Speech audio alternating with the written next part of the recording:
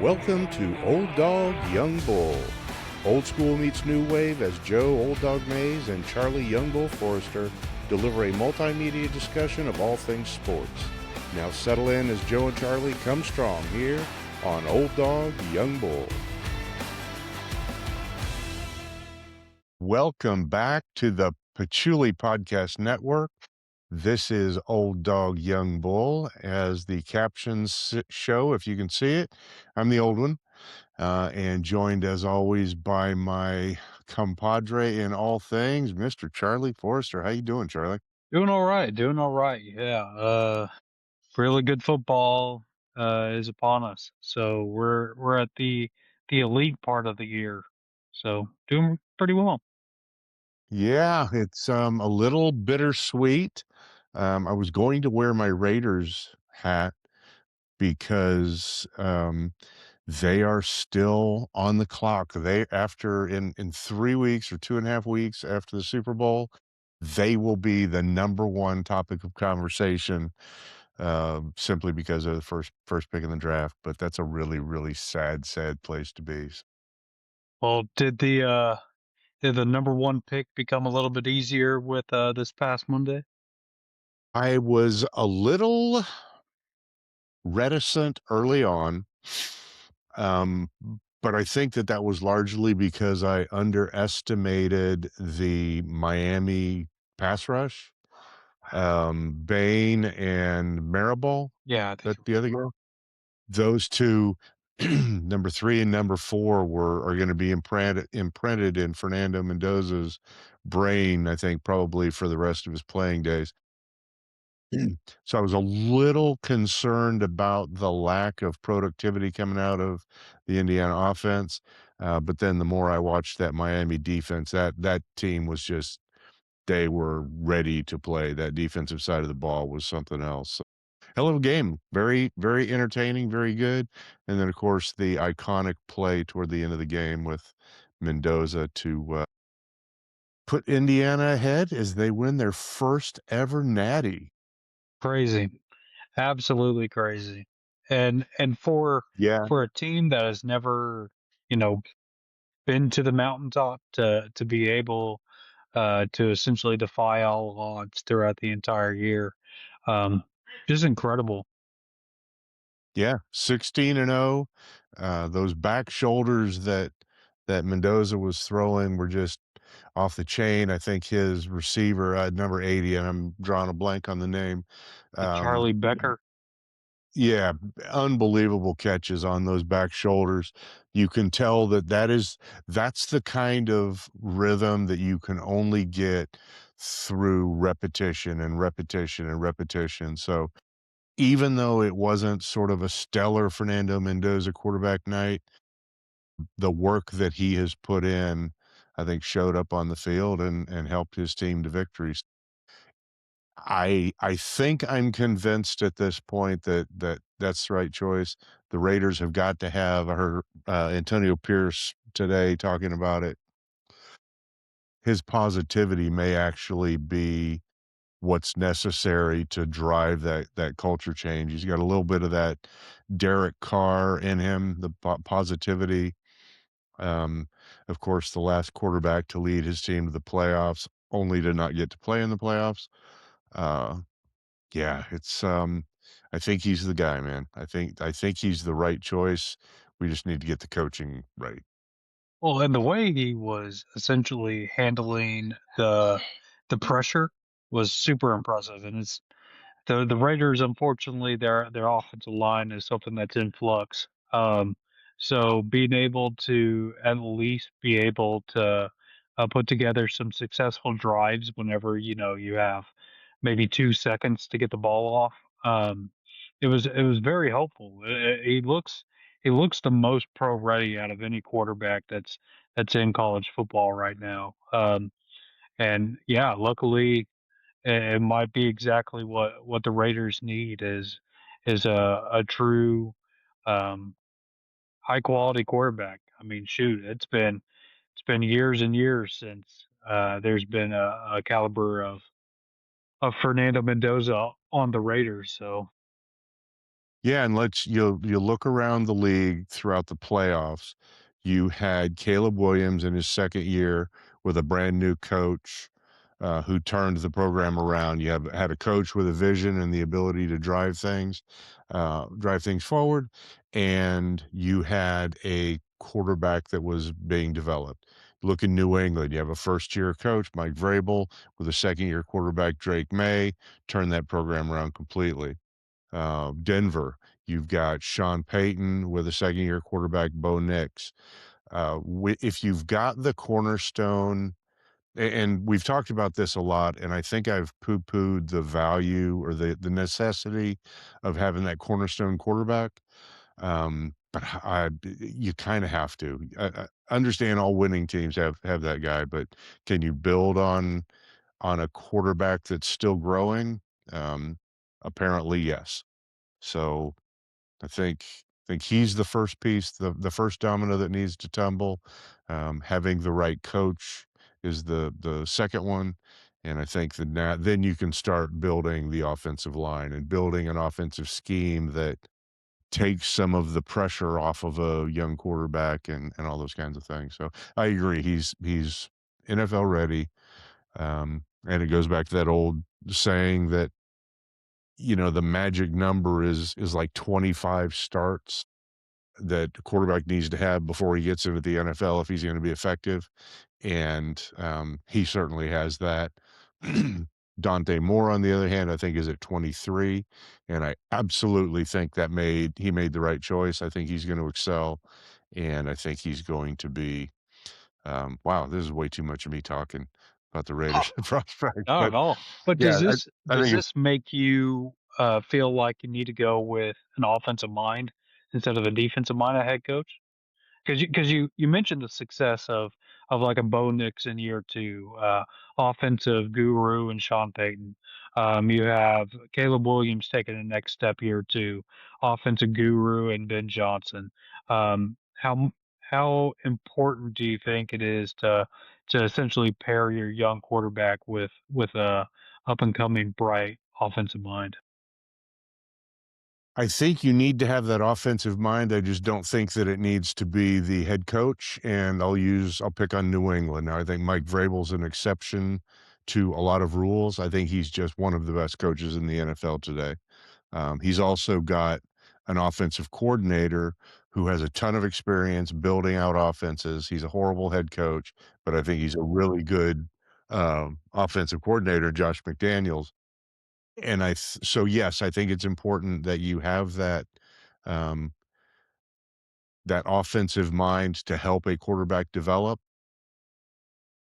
But I think that, yes, Sean Payton is that guy, but so is somebody like Davis Webb, who is the passing game coordinator in Denver, helping Bo Nix develop. So, yeah, I think it's important. Trying to remember who the offensive coordinator is for Denver. Joe Lombardi. Yeah. But I think that if you put the pieces around him, and when you look at Tom Brady, who's obviously heavily involved in the decision, and it was interesting to see John Spytek Brady and Mark Davis all on the sideline at the Monday night at the Natty. Um, but I think that if you look at Brady's experience and the time that he spent with Charlie Weiss, the time he spent with Josh McDaniel, um, even the time he spent with Liam Cohen down in Tampa, you had a quarterback that was clearly very comfortable taking that coaching and having that partnership. Have you watched any of the Elway documentary on, I think it's Netflix? No, that just is because I'm not a not an Elway fan, so, that really it didn't pop off the screen for me. Nor am I, but one thing that sort of came out in year 2, he was with Dan Reeves, who was the traditional old school, pound 'em, Oh, yeah, Dallas coach, Cowboy. and absolutely. Um, but it was the 2nd year when he was partnered with Mike Shanahan that things transformed and escalated quickly for John Elway. Another side note about that that episode I was watching last night, or watching not episode, but part of the show last night. They showed a touchdown pass to Gerald Wilhite, number 47 for the Broncos, and then as he went into the after he scored the touchdown, he did a backflip, as his touchdown celebration, which was the plan all along. I had the opportunity to play briefly with Gerald Wilhite at American River College in Sacramento, and the first day of practice, we had 2 practices a day. In the 6 a.m. practice, quarterbacks had to be out there at 6 a.m., so I was out there with the other quarterbacks, and there's this guy in full pads, no helmet, doing backflips on the 50-yard line. And it was like, and I'm walking through this fog, I'm half asleep. It's like, "What in the hell is this?" And one of the starting quarterbacks said, "Yeah, that's Gerald, he's our running back. He's practicing for his NFL touchdown celebration." So, as a sophomore at a junior college in Northern California, he was manifesting already that he was gonna play in the NFL. So that was really cool. Total side note, total self-indulgent, story. But then, of course, he went on to San Jose State, played for, Jack Elway down there before he was drafted by the Broncos, and partnered up with our buddy John Elway, whom of yeah, also not a fan, so Yeah, I'm anyway, my kind of surprised you watched a Denver Broncos documentary. That's kind of breaking news to me. part of the reason I hated Elway was because he wasn't a Raider, and there was one point in his career where a trade to Oakland was actually, on the table, and it never went through. Obviously, he, finished out his career with 2 Super Bowls in Denver. Um, but yeah, that was I hated him because he was a Bronco, and, he came across as kind of a pampered, spoiled little brat. But if he was our pampered, spoiled little brat, I probably woulda liked him just fine, so Yeah, I mean, he definitely yeah. held the NFL hostage for right before he came into the league. So, uh, yeah, he's always been a spoiled little brat from the jump. Yeah, and they covered that last night, in the part that I watched, and he was very matter of fact. He said, "Look, we told them, 'Don't draft me.'" This was when Bill Polian or was it Bill? Oh, with the Colts? Was the Yeah, with the Colts? Yeah, Bill Polian. Yeah, and he was, bumbling drunk and just all kind of trouble. And Elway said, "Look, we told them for 3 months. We've been very upfront, very forthright that that we're not going to play." He said, "If I have to sit out a year and go back into the draft, I'll do that. Go play for the Yankees. They drafted him in the first round. He's got the telegram." So how is that different than Eli? Not the same, but is Eli a pampered little spoiled brat too? Probably. So Yeah, yeah, yeah, I and it don't know. worked out for him. He won Yeah, 2 Super Bowls, and the Chargers haven't sniffed it. I don't I don't know the last time the Chargers actually sniffed it. Was it Kellen well, Winslow? yeah, they lost to the 49ers. Jimmy, that was in the 90s. I think they've been to 2 Super Bowls. Um, Because I know they went with Dan Fouts, didn't yeah, yeah. they've been, let's see. I know just one Super Bowl, 34. Excuse me, 39. In 1995, they lost to the Niners 49-26. Oh, okay. Interesting. Yeah, that was their only Super Bowl appearance. Yeah. Yeah, Anyway, insane. so yeah, I am going around my ass to get to my elbow, as I'm oft wont to do. Uh, um, yeah, I think that the Raiders, that's the right choice. Brady understands the importance of putting a young quarterback with the right offensive mind. Um, so hopefully, and we're going to go through some of the coaching decisions and some of the coaching mess going on right now. Um, so we'll get to that in a minute. But yeah, I think to your question, I think a defensive minded head coach probably wouldn't be harmful, as long as you had a dynamite offensive coordinator like the Chargers picked up with Mike McDonald.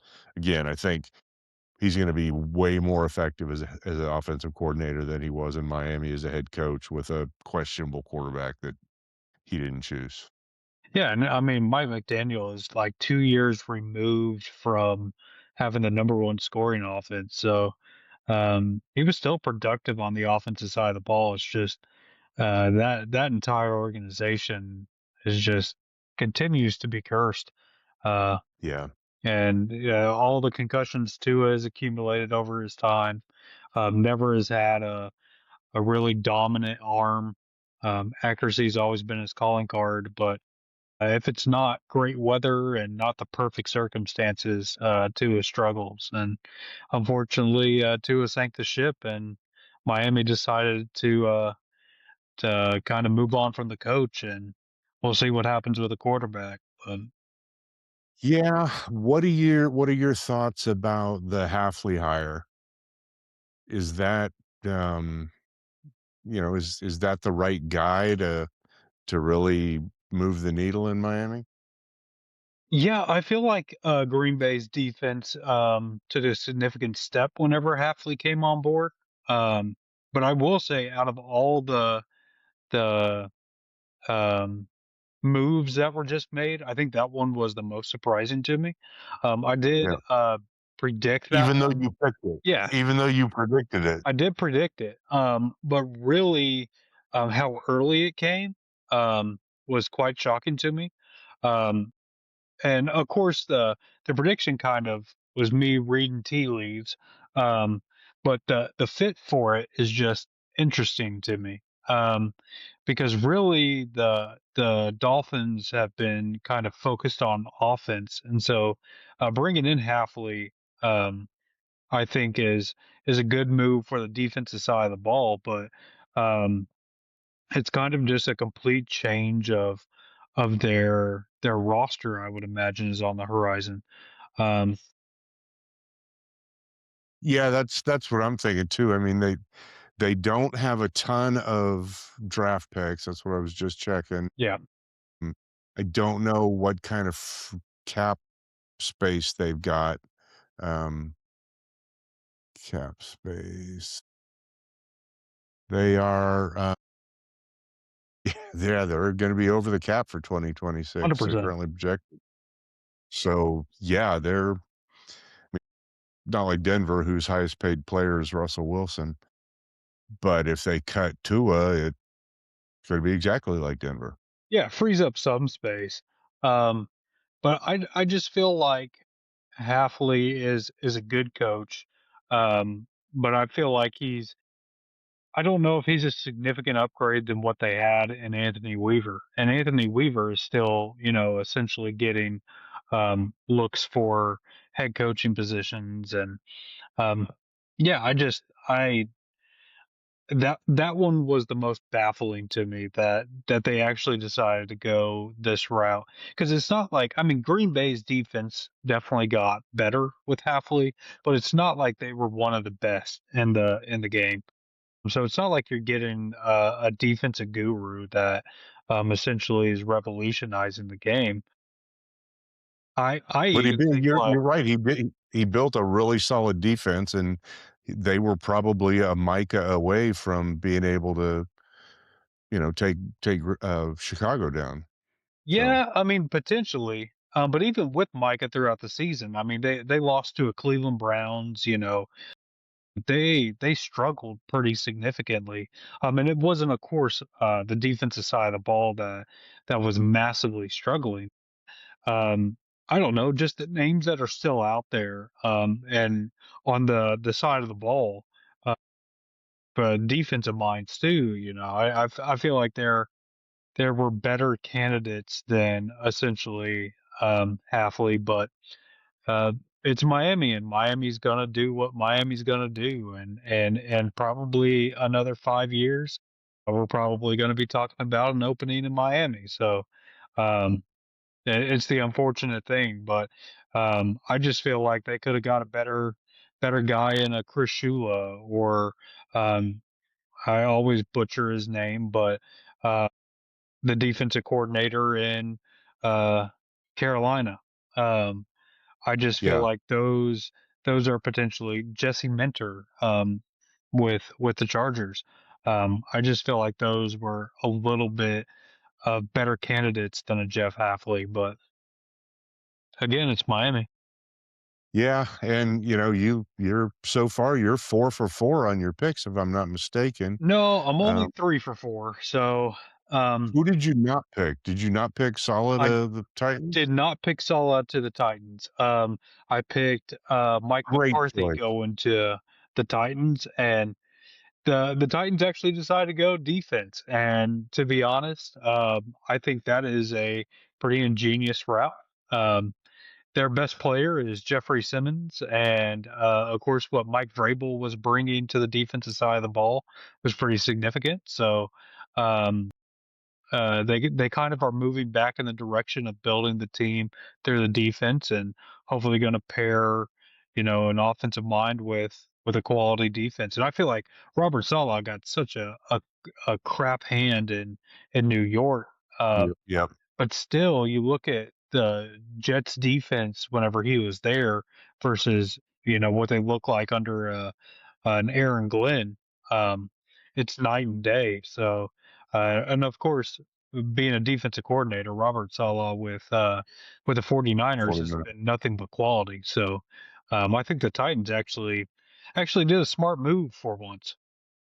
I do too. Now they're gonna have to get their Josh McDaniels to continue to develop Cam Ward.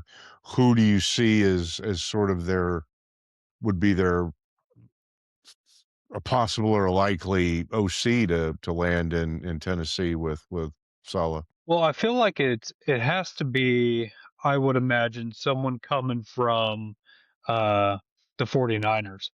Um I could see maybe like, let me pull up who's on their coaching staff. But definitely somebody that he's already worked with. There's Clay Kubiak, which is the coordinator there. Um Yeah. but maybe they go and snag like a Chris Forster or um you You know know who makes a ton of sense to me if he doesn't get a head coaching? We've still got 6 head coaching openings, right now, but who would make a ton of sense there would be, Davis Webb. I don't know that elevating him to offensive coordinator with a young quarterback would be enough to tempt him to move to Nashville, but I think career progression wise, it makes a lot of sense. You've got a team that has a lot of upside, a lot of room to grow. They can't fall a whole lot further down than they have. So any progress they make, particularly if he can help Cam Ward continue to develop, that puts that will reflect well on him a couple years like that, and then boom, all of a sudden get the Titans into the playoffs, and now you're looking at having a choice of head coaching gigs. Um, Coming out of Tennessee. So to me, that makes a ton of sense if he doesn't get a head coaching gig somewhere, and he's been looked at by a couple of teams. Let's now a see. Matt Nagy could make some sense for Tennessee. I Yeah, know he's also interviewing for that Philadelphia job. And it seems like offensive minds want nothing to do with the Philadelphia offense, which is surprising. Um, but I know Nagy interviewed for head coach there, and so was a runner up, which could make a decent amount of sense. Um, Brian Dayball, I know, was floated around, but some part of me, which might be crazy to think about, but the way that the dysfunction is coming from this organization, I think they might end up uh, going this route. But I think Buffalo could be a spot that Brian Dabble ends up in. Maybe not a head coach, but I don't think that option's off the table for him. Because Buffalo's requested an interview with Daboll, um, as well as Anthony Lynn, running backs coach in Washington, Lou Anarumo, um, DC and Indy. OC out of Jacksonville, Grant Udinski, Okay, that Joe actually Brady. is smart. Yeah, that would be a great get. I To me, isn't Joe Brady in my opinion, Joe Brady it should be Joe Brady's job to lose. I mean, requesting an interview with Anthony Weaver, for example, the DC out of Miami, makes no sense if I'm Buffalo, but Joe Brady makes a ton of sense. Yeah. Well, One of the so does things Anthony Lynn. Like in Lou Yep, Armorito, like he struggled in Cincinnati's defense for the longest time. But none of these candidates that we have mentioned even come close to what Sean McDermott is.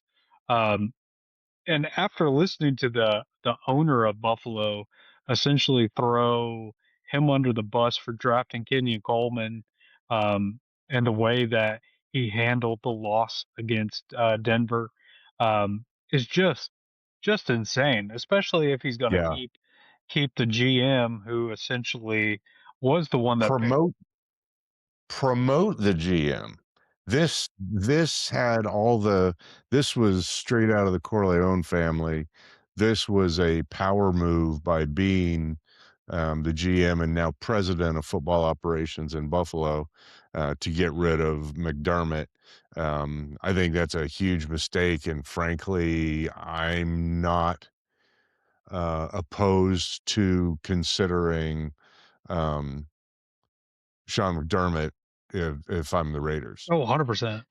Yeah, Yeah, I mean, I yep, want him to be the Cowboys DC, but of all these like coaches that are established, like McDermott is a quality coach, um, absolutely. and he just got the short end of the stick, which is crazy because it's not like Buffalo has ever um, not been good, um, Yeah. and McDermott had definitely a strong hand in that. So but all these different candidates that the Bills have um, is super bad. But I will say with the Joe Brady, Brian Dabble, I feel like Josh Allen's success was a little bit better with Dabble. I know he won the MVP with Joe Brady, Mm. but I just feel like uh, Brian Dabble and Josh Allen, they were the closest to knocking off the Chiefs.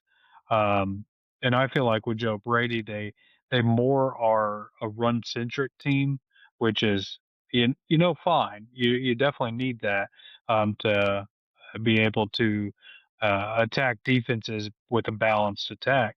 But Josh Allen, I feel like, was a better quarterback um, in kind of a pass heavy offense that Daboll ran. So I feel like if you can keep both Brady and Daboll would be nice. I just don't know if that essentially would be the pairing I think Dabble's got to accept the fact that he's gonna have to take a DC gig before or an he OC. or OC gig, sorry, a coordinator gig before he's gonna get another opportunity to be a head coach. I think his performance in New York was, left a lot of bad taste, I think, in a lot of people's mouth. I think he had limited resources to deal with. I think New York is something of a mess, and we'll talk about Harbaugh in a minute. I think they've got some pieces, and I think that they've got the ability to add some more pieces.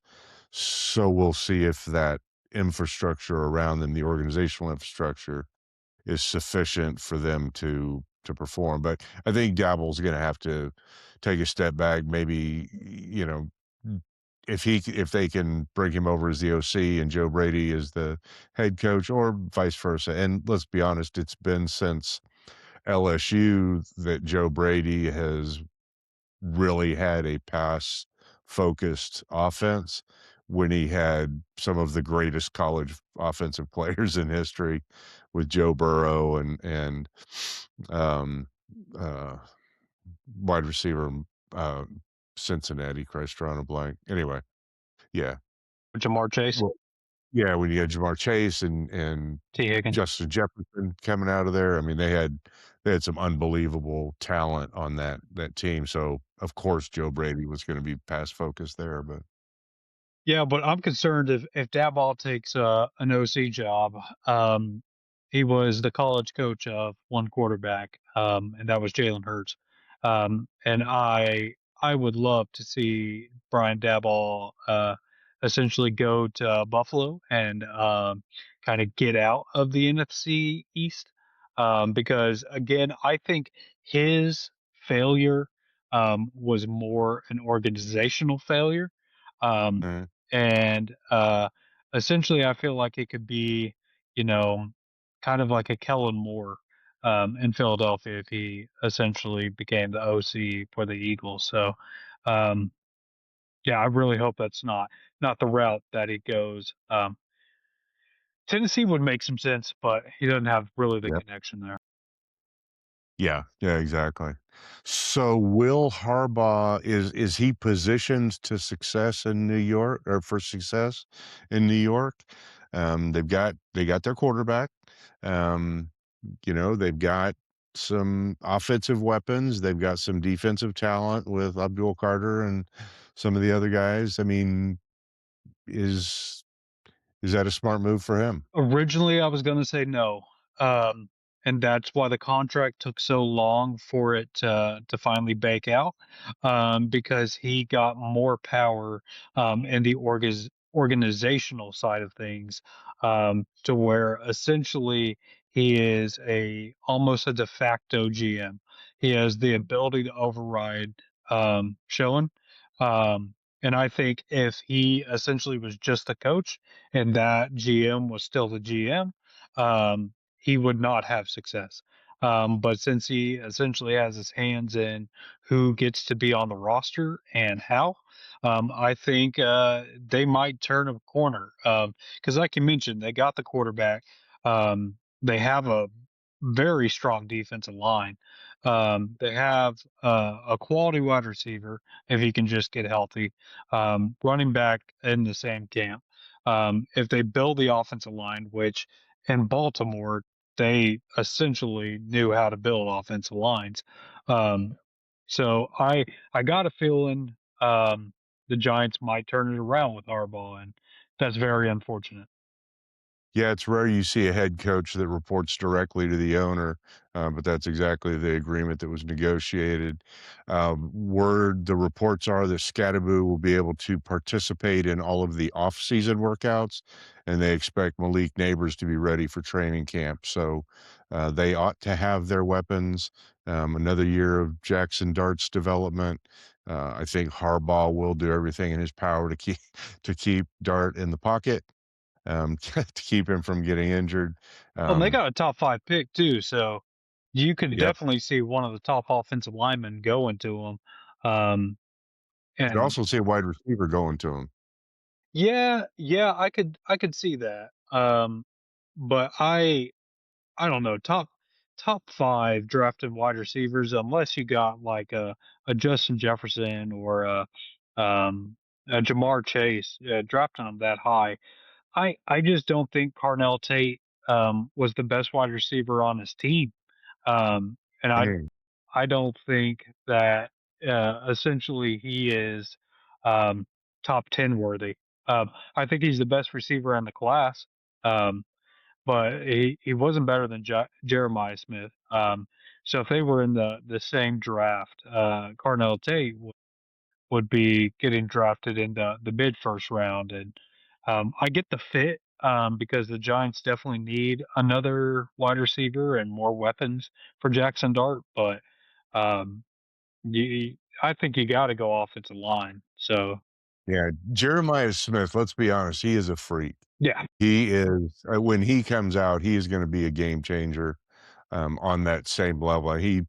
He's Chris Carter level, and I mean, I remember watching him last year, it was just absolutely bananas, just a sophomore. He's a true sophomore, if I'm not mistaken. So yeah, he is gonna be a beast when he finally gets to the Raiders. Did I say Raiders? Yeah, the NFL, A- wasn't it? and even Malachi Tony in Miami is a better receiver than Carnell Tate. Wow. So it's like drafting that caliber player. Um, and throwing a dart at a really good wide receiver with a top 10 pick would not be smart. So I hope the Giants do that. Yeah, hang on just a second, NFL draft. Yeah, I'm pulling some numbers up on what anyway, we can talk about that in a minute, but, um, so the other one, sorry, the is that kinda surprised me, and you called it, was Stefanski to Atlanta. I think Stefanski was he held back purely by the Browns organization? Is that the thing that was the impediment for him? Yeah, I mean, I think so. I think Kevin Stefanski is a good coach. More why I really like the fit in Atlanta is because of who they got at the running back position. Kevin Stefanski knows how to have quality running backs. Um, and you look at what he's done with Dalvin Cook, what he did with Nick Chubb, and what he started to do before the injury with Quinshawn Judkins. And so I think pairing him with arguably the best talent at the position in Bijan Robinson, I think that is a match made in heaven. I don't know if Kevin Stefanski is going to win you the Super Bowl, but to be what the third best team in that division, I think with the level of offense he's going to bring in to Atlanta, it's really going to help. Uh, that quarterback, whoever it is, be able just to manage the game and not have to be the focal point. It's gotta be Penix. I mean, there's no way you even keep you talk about an odd NFL career. You look at Kirk Cousins, he was what, franchised 3 times in Washington or twice, Yeah. something like that. He's made ungodly amounts of money as a guy that just never quite could get there and under the most pressure would sort of crumble and the Any immortal words primetime of game, he would yeah, just oh immortal words of Sam Darnold, they start seeing ghosts and, um, yeah, I just it's gotta be Penix, and I like Penix, I don't know that Penix is gonna stay healthy. Basically, every major joint in his body that a football player relies on, knees and shoulders, been he's bionic practically at this point, he's just been completely rebuilt. I agree with you. I think the Falcons are going to need some additional players on skill position players on offense if they're gonna be effective. Bijan's a beast, but a beast running back can only carry a team so far, and as an example, I point to Josh Jacobs with the Raiders. Um, he still is a beast doing Josh Jacobs things, and if Bijan doesn't get some help, he's gonna end up spending his prime for a team that can't get there. So hopefully Stefanski will be able to turn that around in Atlanta. yeah, and I just think with is since he's the best player on that team, pairing him with a running back first kind of coach, um, yeah, I love the fit. Quarterback's what frightens me for Atlanta, and if Penix can get healthy, that's the big thing. But rushing Yeah. him back, um, that you might have to go with Kirk Cousins for the first few weeks of the season, and there's a lot worse quarterbacks that can be in that system. But I agree with you; they need more offensive firepower. Yeah. Now we start rolling into some of the teams that are just you've got the Cardinals have got 14. You dipping? Oh, oh. 14 Cardinals have candidates got that they don't want. yeah, exactly 14 candidates that they don't really want. A couple of them are gone already. Of course, Halfley, Harbaugh have already they were originally on the Cardinals list, but they are no longer. Um, they've moved on. The Ravens have got 8 candidates they're considering, the Browns 8, Steelers 7, then, of course, the Raiders also at 14, although 2 of them are gone, Stefanski and, Halfley, so and they're, like, interviewing literally everybody and their brother, and by that, I mean they're interviewing Mike LaFleur and Clay Kubiak instead of the primary candidates, Matt LaFleur and Clint Kubiak. I just I don't know what the hell they're doing, man. I just don't. It's I think it yeah. might be that the coaches don't want to coach it. Because you look at it, the Cardinals have a pretty high cap number, um, a quarterback that essentially they're going to turn the page on probably this offseason. Um, they really don't have that quality of draft capital because they were about middle of the pack.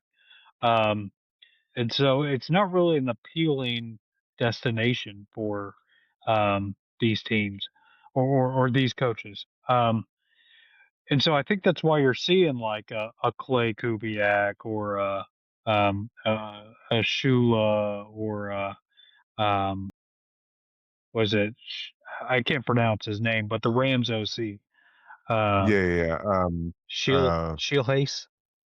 Shieldhouse, yeah. Yeah. Um, so maybe one of those, finally fits, but it's such a bad spot um, to be in if you're going into that environment.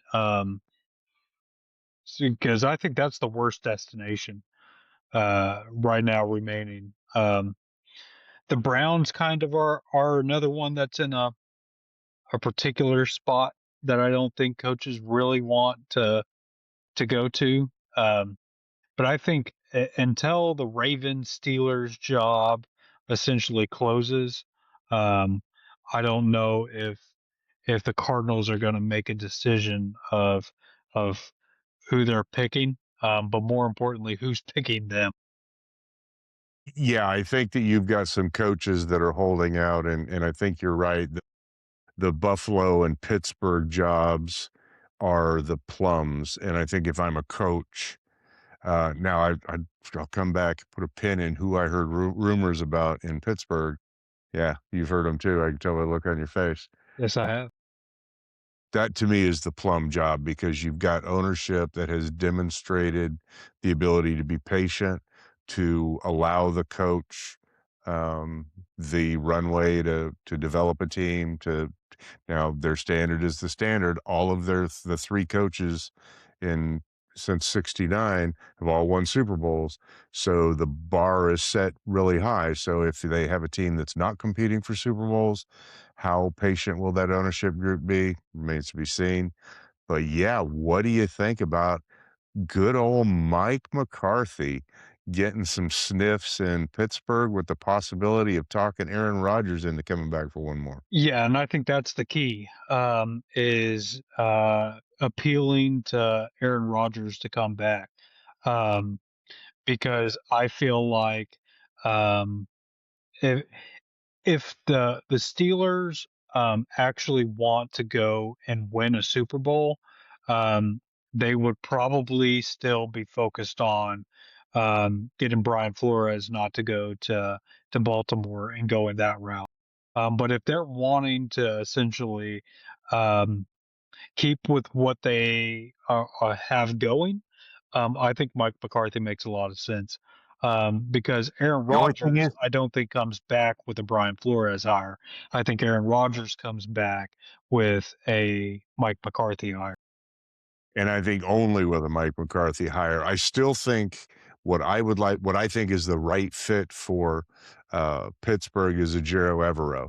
I think he brings the same type of energy. You've got the defensive background coming out, and what he's done in Carolina, frankly, has been pretty remarkable. He's a young guy, so they can grow with him. McCarthy's 62. Nothing against old guys, because I are one. But again, I don't know that at 64, I would want that kind of. I'll just be blunt.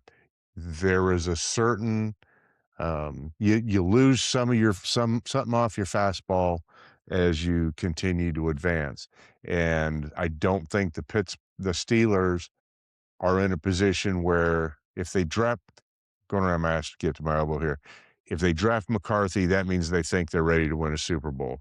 I don't think they're ready to win a Super Bowl with or without Aaron Rodgers. I think they're exactly where they are this time next year, either just barely in or just barely out of the playoffs. Um, and I don't know that Mike McCarthy is going to be given the runway to do that in Pittsburgh. I think they're going to go younger. Yeah, and if they go younger, um, and they lose out to Flores, um, then I Flores is a great get. Yeah. yeah, and I think that it's a battle between divisional teams. I think that the Ravens, I think that's their top candidate, and I think that the Steelers, their top candidate probably is Flores. But if we're talking about the Vegas odds, right now the odds-on favorite to land that Steelers job is a younger coach, and that would be Chris Shula. And that's what originally I had predicted would be the case. Um, but I just think that there is a part of this Steelers organization that wants to bring Aaron Rodgers back. And I think that if if the only way that they bring Aaron Rodgers back into the fold is Mike McCarthy, then they decide to go that route. And I don't think that that brings them any closer to a Super Bowl. But I think that lands them the quarterback that they so desperately want. Yeah. And Rodgers didn't play horribly this year. Um, Didn't it play good wasn't though. his. Yeah, he didn't carry the team, but they've got a lot of holes, and frankly, I think that Rodgers was able to cover up a lot of those holes. Again, not he wasn't the reason they were winning games, but they didn't win that many games. So I think they've got a lot of holes. I think doubling down on Rodgers by bringing McCarthy in, I think would be a huge mistake. So yeah, we'll see. The Browns are the Browns. We talked about the Ravens. The Cardinals are a hot soup sandwich. All right, we're down to the Raiders, man. What are we even thinking here? Yeah, I was really confident until the Bills fired their coach. Um, I really was like this Kubiak mm, to Vegas was a done deal in my opinion. Um, but I think now that there is another attractive destination, can they convince Kubiak to come and be the coach? Um, I think if they go the route because they interviewed the defensive coordinator for the Panthers, if they go the route of a defensive mind as a head coach, I think that that would have to signal that they're bringing in like a Kingsbury. Um, you need to pair him with some sort of offensive mind if they're going to go a defensive route. But I still think at the end of the day, Clint Kubiak is going to be the next Raiders head coach. It's really what I'm hoping for. And until the wheels fall off this bandwagon, I'm going to be riding. All right. Well, you've been consistent about that, and frankly, you're hitting 750 on the coaches that have landed gigs. So you're a far better prognosticator than I am when it comes to this kind of stuff. So Damn you, we'll Robert see. Sala. What's that? Said, damn you, Robert Sala. Yeah, he kind of snuck in on you, but I still think it's a great hire for them. And frankly, Tennessee needed that. Now, who are you Okay. hoping? Well, Who are you hoping for the Raiders? Like who I is the most I appealing to you? I want an exciting, dynamic young coach that is going to bring that he's gonna have coordinators that are excited to come be part of the organization, part of the rebuild. I really like Davis Webb. I don't know if he's too young, and that's too big a jump going from passing game coordinator to, head coach, um, but that's really an old school Al Davis kinda hire. Um, Stretch the field vertically, a coach that's focused on the passing game. That is classic old school Raiders. A young coach that comes in and can establish himself like they did with Madden. A coach that's a teacher and Webb is that. Again, like Madden, he was a teacher by education. I kinda like him. I think that there's some holes in that, but I think that just because he's so young, he may struggle getting coordinators to come in and be part of that rebuild. I think that's also the same thing that would hurt Evero. But again, Evero's another one that I really, really like because of what he's done in a more constrained situation in Carolina. Raiders have, I think, 8 draft picks, and they've traded some away. It's I think the comps are finally settling in. They're getting a they traded away a 5th, and they're getting a 5th back as a comp for the, Jacoby Myers trade. They got $100,000,000 in cap space. So they're positioned to really I mean, you talk about tearing a thing down to the foundation. They've, like, replaced the foundation. You've got number 1 overall pick. You got 8-ish draft picks in the upcoming draft. You got $100,000,000. If I'm a coach and can get in there and start influencing what that rebuild looks like, you've got the potential to really build something special. And I've gotta believe that at some point Brady is going that they're gonna make a choice that's solid enough that Mark Davis won't feel compelled to fire him in a year. Brady can point to his time in New England. You look at the Steelers, you look at the Ravens, you look at these teams that are in the hunt every year, and they've got long-term coaches, and the Raiders have had 5 coaches since 2021, Yeah. or this is their 5th coach since 2021. So I like the idea of bringing in a young dynamic coach that's gonna excite the fan base, that's gonna excite the new roster that's gonna come in, because I think we're probably gonna see about a 60 plus percent turnover of that roster. Um, could be even higher than that. I think you're gonna, have a handful of players that were Raiders last year that are Raiders this year. Um, so yeah, that's kinda what I'm thinking. Yeah, and to be fair, Davis Webb is the second odds-on favorite for the job, and he's only behind Clint Kubiak. Yeah, Now it is 7-2 odds, which is plus 350, but that's just because Clint Kubiak essentially is at a 2-1 odds. yeah, So if they decide to go, either one of those coaches are young, up and coming, bright minds in the game, yeah. and both are coaching right now in championship games. So, um, but whoever they decide to go with, I agree with you. They have to stick with them. The vision has got to at least include a 5-year window, and stick to that. And Yeah. also safeguard their emails and make sure they're not making any crude commentary that can get them kicked out. And I'm gonna full disclosure, I've spent some time looking inward and contemplating and considering. The reason that I can't get behind Clint Kubiak is because Gary Kubiak was played for the Broncos. He was, uh, Elway's backup. He's a Bronco, man. I don't want that Bronco.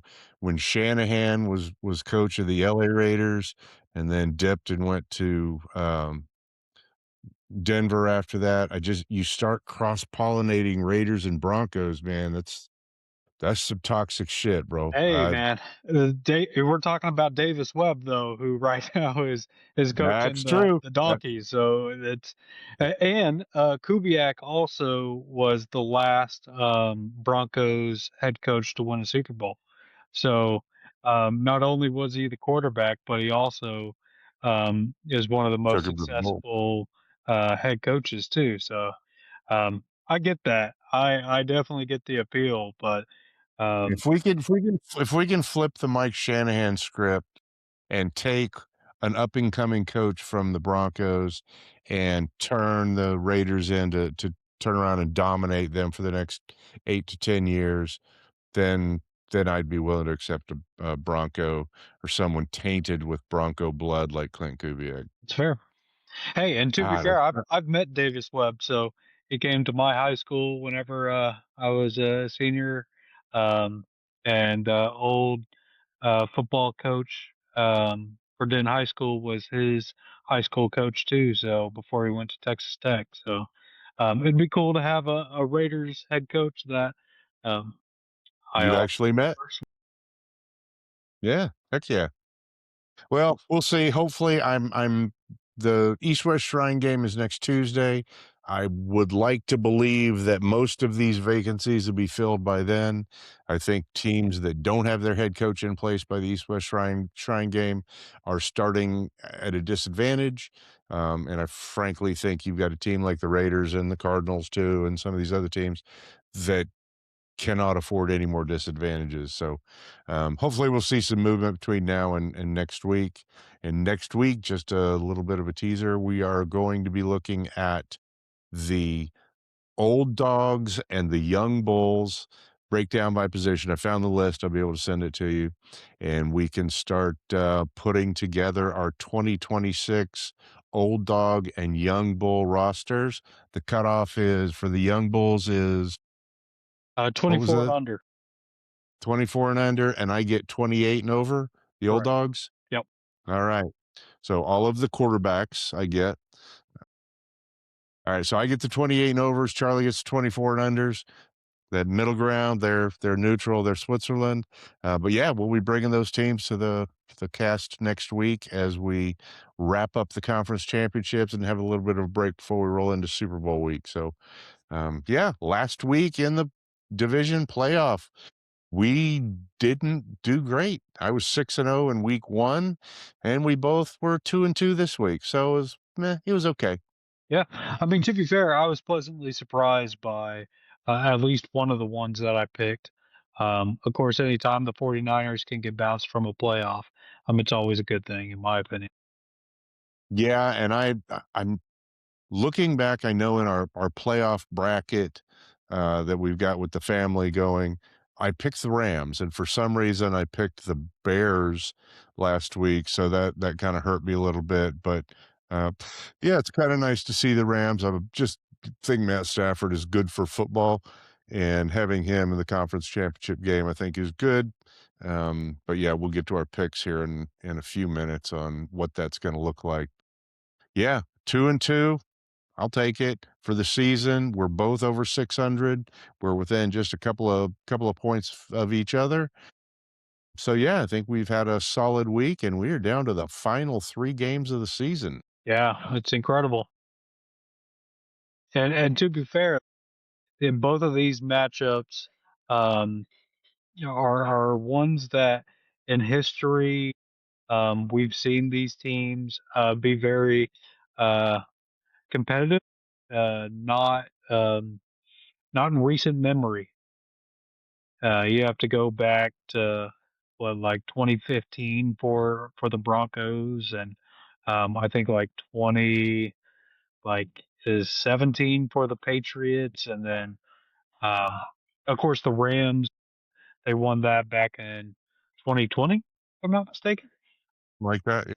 In Seattle, you have to go back to 2014. So, uh, it, this is at least more fun than having to witness an AFC West juggernaut and an NFC East juggernaut essentially win. I know Broncos are still in it, but it's Yeah. not the Chiefs. So, Not the Chiefs. Yeah, it is fun. It's always fun to see new teams sort of emerging and developing, particularly when they're teams like, uh I hate to say it, but Denver and New England, where they're young teams, they're up and coming. They've got the sort of marquee quarterbacks that are developing under new coaching regimes that are looking to be exciting for a few years to come. The Rams a little bit more long in the tooth. The Seahawks are kind of somewhere in the middle. Um, but yeah, it's fun to see somebody besides the Chiefs and the Eagles in the conference championships. That's for sure. absolutely. All right. Well, it's been a little bit of an interesting week. Obviously, Bo Nix late in the division round game um, broke his ankle, so he is out for the remainder of whatever remains of the Broncos season. Um, Unfortunate, you hate to see that, happen. There have been, cases where backup quarterbacks stepped up. Nick Foles, Jeff Hofstadter, even Earl Morrall going back to the old '70s Dolphins. It happens, b but apparently the gamblers believe that losing your starting quarterback is harmful. The line has toggled all week long. The initial line was New England favored by 5.5 points on the road in Denver. Wait a minute, I've updated this. Excuse me. 19th, which was Monday, the line dropped to 4.5 points. Yesterday, it was back up to 5.5. Today, it's back down to 4.5. Mhm. So they're right in that window as Vegas is trying to get equal number of bettors on each side of that line. Uh, that's the only real surprise here is that the road team is favored that heavily. Um, but yeah, so they're expecting somewhere just shy of a touchdown for the road team to take it. How do you see this game? Yeah, I think this is New England's game to lose. So Jared Stidham has a lot to prove against his old team, but yeah, I think if Denver has any chance, it's going to be from the defensive side of the ball. But I just think New England's just a little bit more healthy than Denver is.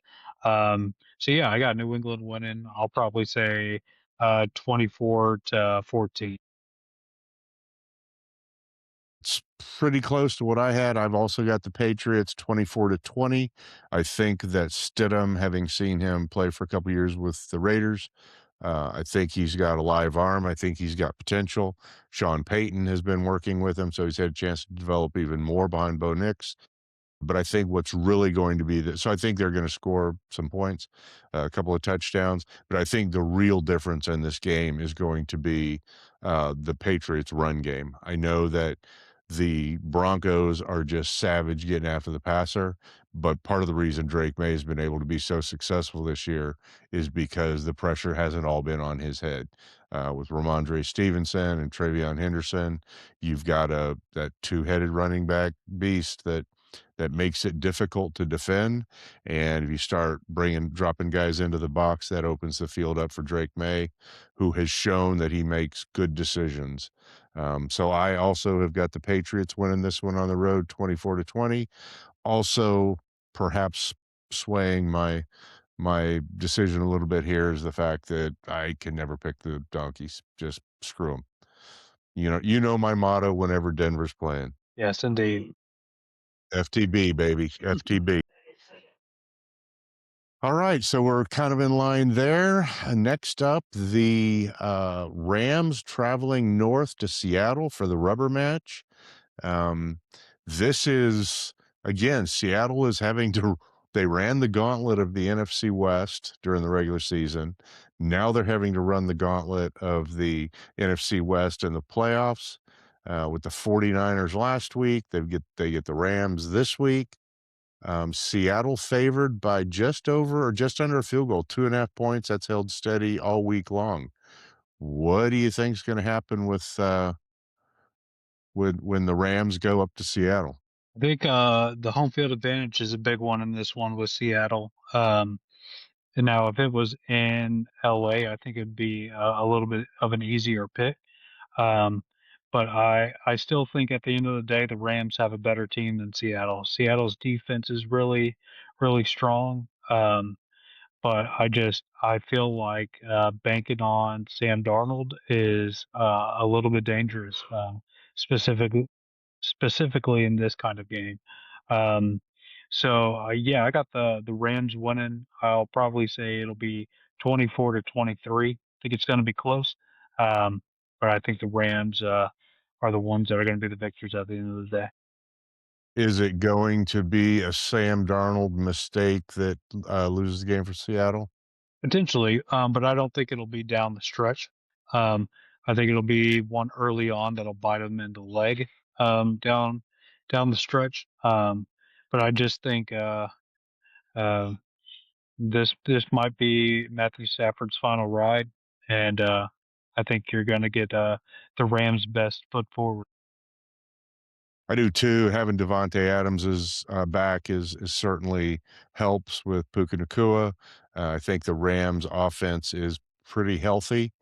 I think the Seattle defense though is going to be the difference. Funny that the Rams beat Seattle 21-19 in earlier in the season. Then in week 16, looks like Seattle beat the Rams 38-37. So they a total of 1 point difference if you add them all up. Um, these two teams, I think, are evenly matched, and I think it's going to be the Rams offense against the Seattle defense that's going to make a difference and or that we are I think is gonna be the marquee matchup, but I think whether or not Sam Darnold, is able to avoid the big mistake that hurts them against that Rams defense. Also, if I think I heard that one of the Seahawks running backs is out. Yeah, Zachary Charbonnet tore his ACL this past game, so he's out That's it. for the rest of the playoffs. Yeah, that is a huge that if I actually gave this any more thought, that might make me reconsider. Um, but I will say that Stafford is also a bit prone to making mistakes and throwing interceptions. He's been just exceptional this year. Um, and we talked about our MVP battle that's going to come down to an old dog and a young bull. Um, but I think the Seattle defense is just too much. I picked them right out of the gate to go to the Super Bowl. I've still got them going to the Super Bowl and winning it. They're just not gonna beat the Bills like I had picked. But yeah, I think that Seattle's gonna win this pretty handily, 31-20 over the Rams. Oh, it's gonna hurt my heart a little bit. The Rams were my first favorite team before I was exposed to Daryle Lamonica and Cliff Branch and those early Raiders. But yeah, I be a little sad to see the Rams lose, but I got them losing. And I will say, the Rams Patriot matchup, which is what I'm predicting, was what I predicted at the very beginning of the playoffs too. So, could come We into did. fruition. Yep, we did okay with our picks. A little bit of polish here and there, and we'd be Vegas would be beating down our door wanting to hire us or something like that. So Sure. anyway, yeah, it's been a fun season. We've got 2 more weeks of football this week for the conference championships. Then we've got 2 weeks of sitting around twiddling our thumbs, talking about getting ready for the Super Bowl. And we will come back with our Old Dog Young Bulls teams for 2025 season. Yeah, we're starting to wind down, and our focus will turn toward basketball and the upcoming NFL draft. Absolutely. All right, man. Well, it is good to see you, Charlie, as always. Thanks to technology, no matter how much homework you've got, we can, and how much campaign crap I got to put up with, we can still manage to carve out this time together, and it means the world to me, man. I appreciate you. Yeah, same to me. Same to me. Ball never sleeps. So, Amen to that. All right. Well, go silver and black. go silver and blue. All right. Peace. Peace. This is the Patchouli Podcast Network.